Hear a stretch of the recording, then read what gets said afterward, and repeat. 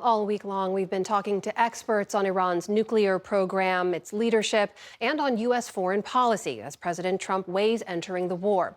But speaking directly to people inside Iran is nearly impossible right now as the regime clamps down on communications and spreads fear in communities. Tonight, we're joined from Los Angeles by Nazanin Boniadi. She's an actress and a human rights activist focused on Iran, where she was born and which her family fled after the 1979 revolution. Nazanin, welcome back to the NewsHour. Thanks for joining us. Thanks for having me, Anna. So let's talk about the people of Iran at this moment when they're facing both Israeli airstrikes and a weakened, oppressive regime many of them have tried to rise up against in the past. What do you hear from people you talk to? What are they telling you? There's a paradox inside Iran. There's a deep sense of despair because the Iranians are caught between foreign firepower and a regime that simply doesn't care about them. They would soon see that the people burn and die and lives destroyed than to give up power. This is a people who are caught between hope and despair in this moment. But as much as they oppose the regime, they need to be able to organize. This is the worst internet shutdown we've seen since the bloody November protests of 2019, because unfortunately this regime in the first instance unleashes its fury first and foremost on its own people. And that's what's happening right now.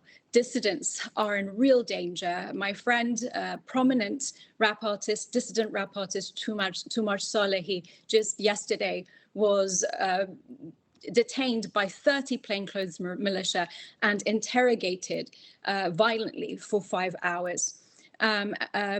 Political prisoners are in grave danger. Thousands of political prisoners inside Iran. There's university student Ali Younesi, who has been imprisoned in Evin on spurious national security charges for the past 5 years, who was abducted from Evin yesterday, according to his siblings. And the list goes on and on. But what I'm hearing more than anything is this echo for change, for democracy. But how can they do that under bombardment? So tell me more about that call for change and what people are telling you about how they see that happening. Because we hear from experts who are following this, the regime has been weakened, they're on the back foot. What do people on the ground in Iran want to see happen next? That's interesting you say that, Anna, because you're exactly right. Regime officials are doing an about face. The doctrine says, the Islamic Republic doctrine is very much death to America, death to Israel. There's nothing pro-Iran or long live Iran in the doctrine. And yet, in the recent days, in these past few days, you've seen them do an about face. Khamenei, the supreme leader, and former foreign minister Javad Zarif are appealing to a sense of Iranian nationalism because they know they've lost the people. The people care deeply about Iran, but we have to separate the Islamic Republic from Iran because most of the Iranian people believe that it's an occupying force. A Gaman survey in 2022 revealed this, showing it's a scientific survey that was done with a sample size of 200,000, of which 57,000 were inside Iran. 81% of respondents said they don't want the Islamic Republic. 15% said they do want the Islamic Republic. 4% were ambivalent. They didn't know. So the vast majority of Iranians still today will not rally behind the Islamic Republic flag. I urge Westerners, please, if you want to stand for Iran and the Iranian people and their sovereignty, please don't conflate that with the Islamic Republic sovereignty. They are two different things. Do not raise the Islamic Republic's flag in your rallies. That is a slap in the face of every dissident, every Iranian who has risked everything for freedom. Nazanin, on a more personal note, I know that you and your family have been watching this from afar with great concern, like so many others who fled after the revolution. You wrote about these conversations with your father in particular in a recent piece for Time.